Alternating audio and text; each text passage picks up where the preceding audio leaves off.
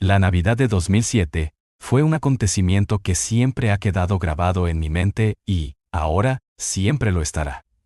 Yo tenía 13 años en ese momento, y ese fue el primer y único año en que papá se perdió la Navidad. Trabajaba como conductor de camión de larga distancia, y estábamos acostumbrados a que se ausentara durante semanas o incluso meses a veces.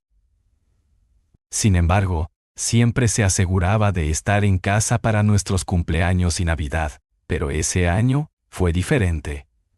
Mamá se preocupó cuando dijo que tenía una última carga para entregar antes de la temporada navideña. Su plan era hacer la entrega y luego estar en casa el 23 justo a tiempo para Navidad. Pero la madre naturaleza tenía otras ideas. El destino quiso que su ruta desde nuestra casa en Minneapolis hasta Billings, Montana, lo llevara directamente al corazón de una ventisca inminente a lo largo de la I-94. La nieve caía a cántaros en ese momento, y papá dijo que estaba debatiendo si detenerse o no para pasar la noche, con la esperanza de que se despejara. Decidió intentarlo y seguir adelante, cuando la carretera tomó la decisión por él. Estaba a solo 1 hora de Billings, cuando su camioneta chocó contra una placa de hielo inesperada, lo que le hizo perder el control y deslizarse fuera de la carretera hacia la mediana. Afortunadamente, no resultó herido, pero su camioneta quedó atrapada en casi 2 pies de nieve compacta. Intentó todo lo que pudo para sacar la camioneta del ventisquero, pero fue inútil. Por supuesto, su señal de teléfono también era inexistente, por lo que ni siquiera pudo pedir ayuda. Las carreteras estaban prácticamente desprovistas de otros viajeros en ese momento también. Llamó por radio a una oficina de emergencia local, pero le dijeron que las carreteras eran demasiado peligrosas para viajar en ese momento. Al final, no pudo hacer nada más que esperar. Mientras tanto, llegó y pasó la Navidad para nosotros, y no escuchamos nada de papá. Mamá estaba hecha un manojo de nervios, aunque trató de ocultarlo, mientras que mis 2 hermanas y yo estábamos tristes porque él no estaba allí con nosotros. Afortunadamente, papá finalmente llamó tarde la noche de Navidad. Se disculpó profusamente por no estar con nosotros y prometió que volvería a casa lo antes posible. Eso fue lo que hizo 2 días después y nos sentimos aliviados de tenerlo de vuelta. Volvió con un paquete de regalos de Navidad tardíos y todo volvió a estar bien. Sin embargo, papá era diferente. Estaba tranquilo y parecía que su mente estaba concentrada en otra cosa. No le pregunté al respecto, pero me di cuenta de que algo lo preocupaba. La vida continuó y papá nunca más se perdió otra Navidad después de eso. De hecho, comenzó a tomarse todo el mes de diciembre libre para evitar que algo así volviera a suceder. No lo sabía en ese momento, pero más tarde me dijo que nunca más condujo por la I-94. Se negó rotundamente a las entregas que lo llevaban por ese tramo y tomaba desvíos que agregaban varias horas a su viaje, si eso significaba evitar ese lugar. Nosotros, los niños, ya somos todos adultos y tenemos nuestros propios hijos. Mi hijo acaba de cumplir 2 años, y toda nuestra familia estuvo nuevamente junta durante la Navidad anterior. Nos sentamos a ver cómo mamá y papá mimaban con cariño a sus nietos con golosinas. No creo haber visto nunca a mi padre con una sonrisa tan radiante. Más tarde esa noche, cuando por fin se había pasado el subidón de azúcar y los niños se habían ido a dormir, papá y yo nos quedamos solos en el balcón. Bebimos un poco de su whisky y fumamos puros mientras empezábamos a hablar. Me saltearé la mayor parte de lo que hablamos, porque no es realmente por eso que estoy aquí. Finalmente, empezamos a hablar de su nuevo retiro de la conducción de camiones, y le hice una pregunta que nunca antes le había hecho. ¿Alguna vez experimentaste algo realmente espeluznante en la carretera? Papá no era ajeno a hablar de sus experiencias.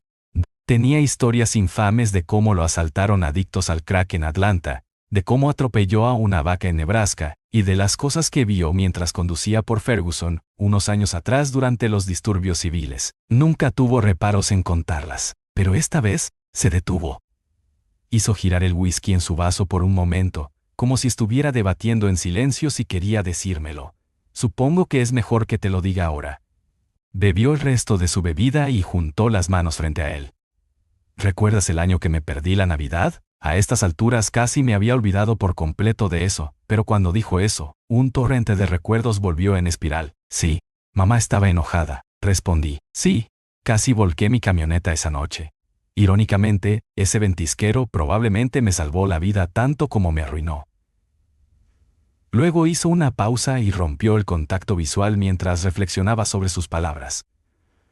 Pero esa no fue la parte aterradora. Papá explicó que el área en la que se salió de la carretera era esencialmente un páramo estéril. No había ciudades ni gasolineras a su alrededor, solo una carretera sinuosa en ambas direcciones entre docenas de colinas. Volvió a mencionar que no tenía señal de celular, y no estaba seguro de qué hacer aparte de esperar a que alguien pasara. Después de unos minutos, se hizo evidente que eso no iba a suceder. La nieve cayó a cántaros esa noche, y en poco tiempo casi llegó al fondo de su puerta. La camioneta de papá en ese momento era una Cascadia 125, con litera en el techo medio. Tenía un compartimento para dormir completo detrás del asiento delantero y provisiones para durarle una semana si era necesario. No estaba demasiado preocupado por quedarse varado, al menos, no al principio. Después de darse por vencido en hacer funcionar su teléfono, se arrastró hasta el área de literas de la cabina y puso un DVD en su televisor portátil. Pensó que podría quedarse atrapado allí al menos durante la noche, así que bien podría relajarse hasta que llegara ayuda. Se aseguró de insistir en que si hubiera querido, probablemente podría haber descubierto una manera de sacar su camioneta, si realmente lo hubiera intentado. Pero estaba exhausto, y decidió simplemente dormir un poco. Dijo que se quedó dormido poco después, pero que se despertó un rato después en la oscuridad total. La temperatura había caído en picado, y, instintivamente, abrazó sus brazos y sintió que se le ponía la piel de gallina. Había dejado la camioneta en marcha antes de quedarse dormido, pero ya no estaba en marcha. Confundido, se arrastró hasta el asiento delantero y encontró las llaves todavía en el encendido. Giró la llave, y el motor pronto volvió a la vida. Pero algo andaba mal. Dijo que el ruido del motor se transformó en un gorgoteo y un retumbar de metal y líquido que producía una cacofonía espantosa. Su tablero se iluminó como un árbol de Navidad mostrando casi todas las luces de advertencia que tenía el sistema. Empezó a salir vapor de las rejillas de ventilación del capó, y el olor distintivo del refrigerante hirviendo llenó el aire. Después de dejarlo encendido tal vez 10 segundos, lo apagó por miedo a dañarlo permanentemente. Sabía que algo no iba bien, y suspiró mientras pensaba en salir a la fría noche para ver si podía averiguar qué era. Se abrigó bien y abrió el capó. Dijo que la noche tenía un silencio casi etéreo cuando salió de la cabina. Sus pies crujieron en la nieve, resonando como un trueno en comparación con el silencio generalizado. Se abrió paso por la parte delantera y liberó una columna de vapor desde adentro. Después de que se disipó un poco, se inclinó y encontró algo que lo dejó bastante confundido. El aceite y el refrigerante estaban salpicados por toda la parte inferior del capó, y muchas otras partes del motor también estaban cubiertas de suciedad. Papá se bajó de la parrilla y miró debajo del carruaje, y fue entonces cuando encontró algo realmente extraño. El cárter de aceite estaba destrozado en la parte inferior del motor. Dijo que parecía como si alguien lo hubiera cortado con un hacha un par de docenas de veces. Todo el aceite se había derramado en la nieve debajo. Claramente esa era la razón por la que el motor había estado funcionando tan mal, pero explicar cómo sucedió era otra historia completamente distinta. Miró alrededor y dijo que parecía que parte del aceite se había desviado de la carretera hacia los árboles. Miró más de cerca y vio lo que parecían huellas que los acompañaban, como si la noche de invierno no fuera lo suficientemente fría. Ese descubrimiento realmente le bajó la temperatura de la sangre. Rápidamente se dirigió de regreso a su taxi. Pero cuando alcanzó la manija, algo lo detuvo en seco. Algo se movió detrás del final de su remolque, demasiado rápido para distinguir algún detalle físico.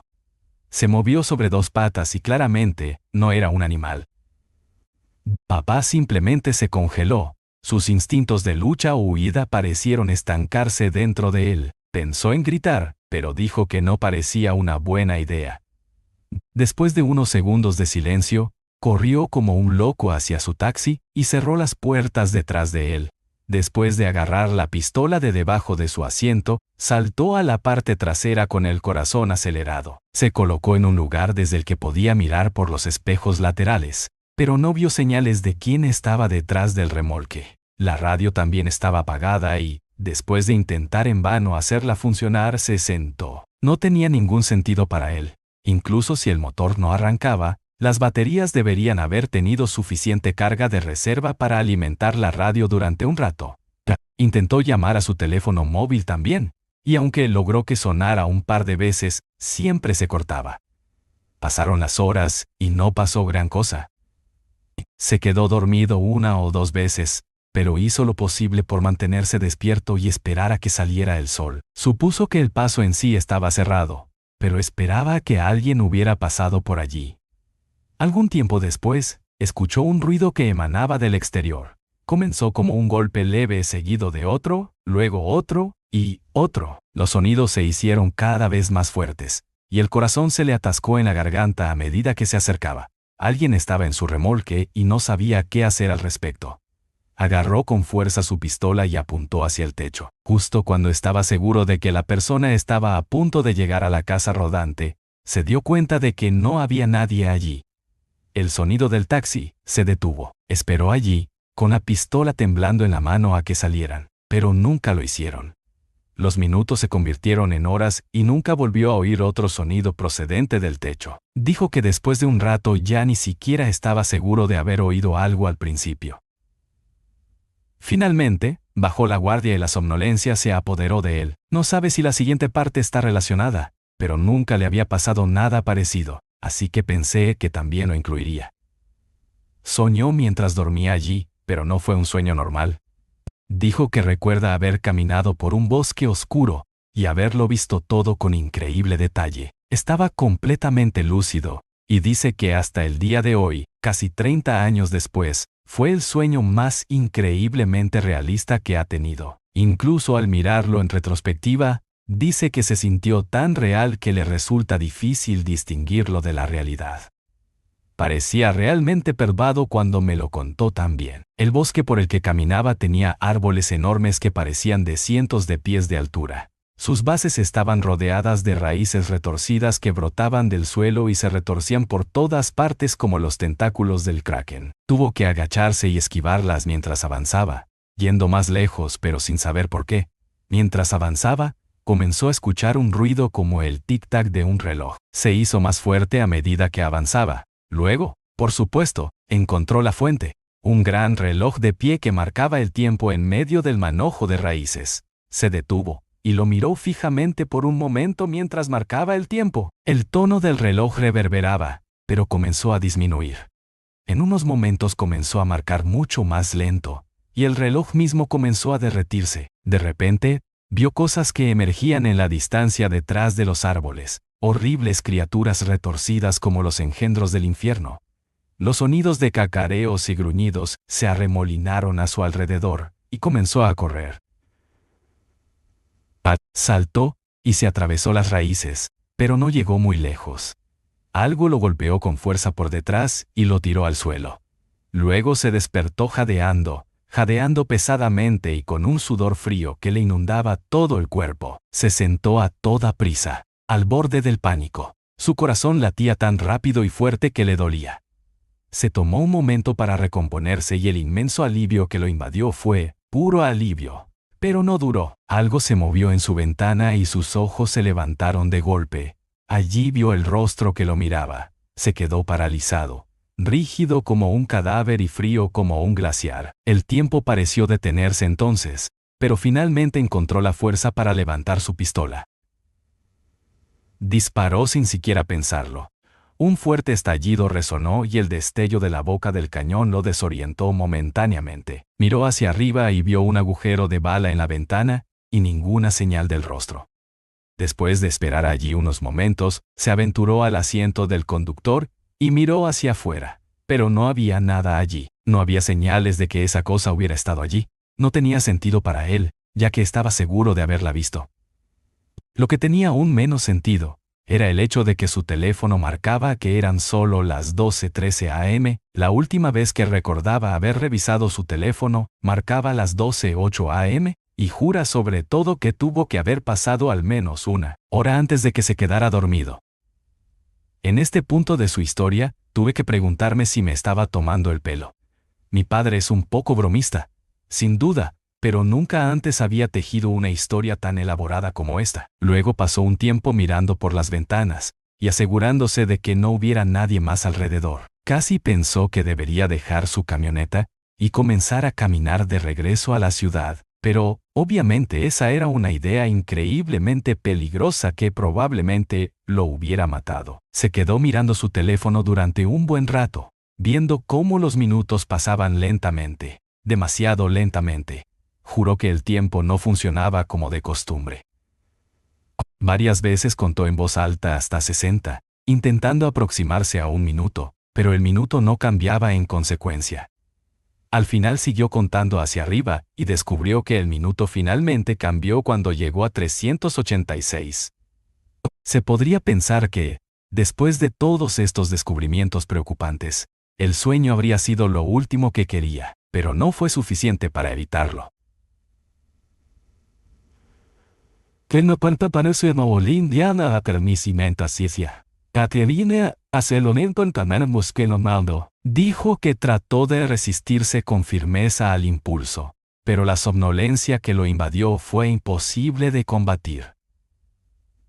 Se encontró caminando en la nieve, escuchando cómo crujía bajo sus pies. Un bosque oscuro y silencioso lo rodeaba en todas direcciones.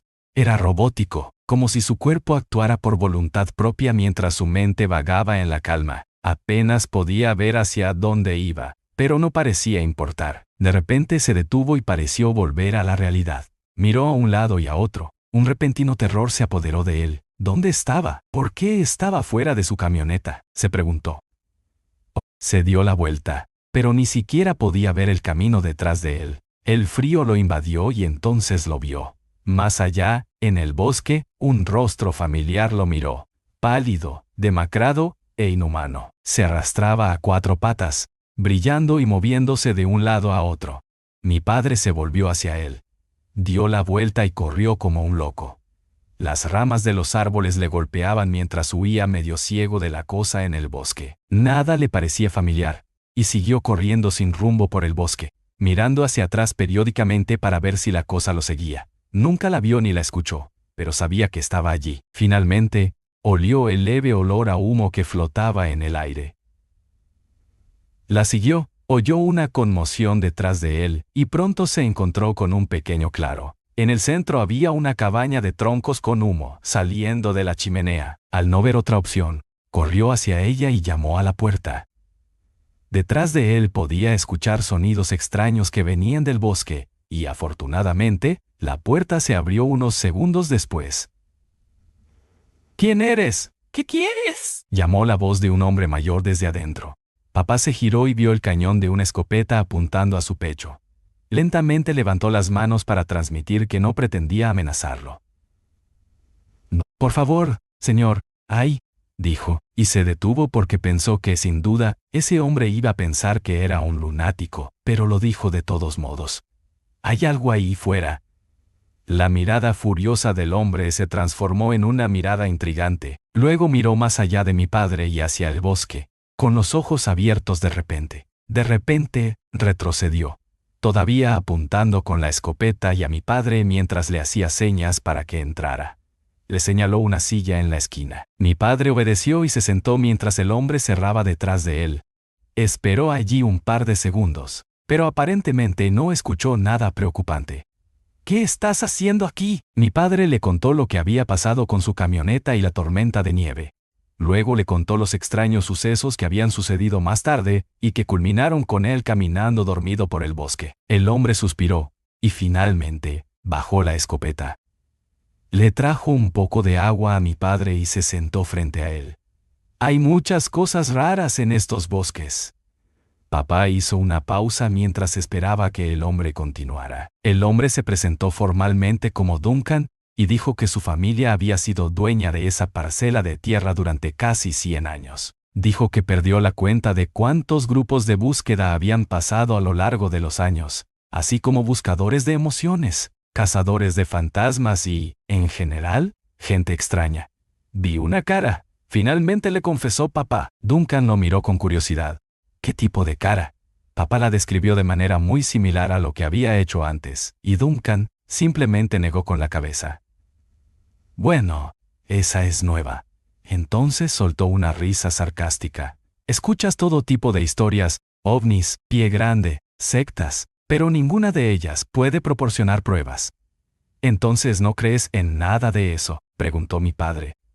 Solo para ser contrarrestado por Duncan. Por supuesto que sí. He vivido aquí el tiempo suficiente para saber que nosotros los humanos no dictamos estos bosques. Hay cosas que acechan en las sombras por todo el mundo y puede que nunca las entendamos. Pero en cuanto a lo que viste, hizo una pausa por un momento, como si estuviera reflexionando mientras cruzaba las manos sobre su regazo. Hay un grupo de nativos americanos que se rumorea que alguna vez vivieron aquí, los Apulcari. Los Apulcari, ¿has oído hablar de ellos? Papá negó con la cabeza. Yo tampoco, pero un amigo mío que ya falleció me habló de él. Era un hombre arapahoe y dijo que durante generaciones su gente había contado historias sobre estos Apulcari. La mayoría de los otros grupos les temían. Decían que las cosas que hacían eran malvadas, más que la guerra tribal estándar que uno esperaría. La gente dice que celebraban estos rituales y experimentos, y se rumoreaba que su crueldad solo era igualada por su intelecto. Algunas personas dicen que ni siquiera eran humanos, pero eso no viene al caso. Duncan se quedó en silencio una vez más, tomando un sorbo de té de su mesa auxiliar. Uno de los rumores que mucha gente atribuye a los Apulcari es el de los equivocados. En realidad, hay muchos nombres para ellos. Los que no tienen razón, los mentirosos y los extraños. Cosas que parecen humanas, pero no lo son. Y algunas parecen menos humanas que otras. Caras largas, bocas anchas, ojos enormes, muchas variaciones. Algunos dicen que pueden afectar el tiempo y el espacio, y otros los culpan de muchas desapariciones extrañas. Hizo una pausa, y tomó otro sorbo. Luego se rió entre dientes. No puedo hablar de la validez de todo eso de primera mano, pero hay cosas seguras. Hay muchas desapariciones extrañas, y nadie parece tener una respuesta para ellas. El aire de la habitación pareció desinflarse de su torso, y papá miró al hombre curioso. Claramente había visto mucho a lo largo de su vida, pero papá no sabía cuánto de sus historias creer. Todavía no lo sabe. Si todas estas cosas están sucediendo, entonces, ¿por qué vives aquí?, preguntó finalmente papá. Duncan se reclinó en el asiento y pensó. Papá esperaba una respuesta relacionada con su propiedad heredada, pero la realidad fue un poco diferente. De hecho, mencionó que su hogar ancestral era parte de ella, pero tenía más que decir. Si fuera 20 años más joven, tal vez me iría, pero no creo que importe. No hay ningún lugar en la tierra al que puedas huir si quisieran atraparte. Papá dijo que un escalofrío recorrió su columna vertebral en ese momento, y Duncan no parecía jactancioso o salvaje mientras hablaba, pero más como si su realización fuera simplemente una conclusión inevitable. Afortunadamente, Duncan permitió que mi padre se quedara a pasar la noche, y por la mañana los dos volvieron a la carretera. Afortunadamente, Duncan tenía un gran Dodge Diesel que podía abrirse paso a través de la nieve con relativa facilidad. Pronto llegaron a la plataforma abandonada de mi padre, y la encontraron en peor estado que la última vez que la había visto la noche anterior. Múltiples neumáticos estaban pinchados, las ventanas estaban rotas y el motor estaba completamente destrozado desde abajo. Sin embargo, después de mirar alrededor, descubrió que en realidad no habían robado nada. Duncan lo llevó a la ciudad para que remolcaran su camioneta, y una semana más o menos después finalmente se dirigía a casa. Entonces, ¿crees en ese tipo de cosas?, finalmente le pregunté después de que pareció haber terminado de contar su historia. Bueno, sería un poco estúpido no hacerlo ahora. Él y yo nos reímos de eso, pero claramente tenía más que decir. Fue una experiencia muy extraña, sin duda, pero siempre he pensado que tal vez la recordé mal o la exageré inconscientemente en mi mente. Sin embargo, Hay algo en eso que es tan inquietante, como si hubiera visto algo esa noche que realmente no se suponía que debía ver y que nunca quiero volver a ver.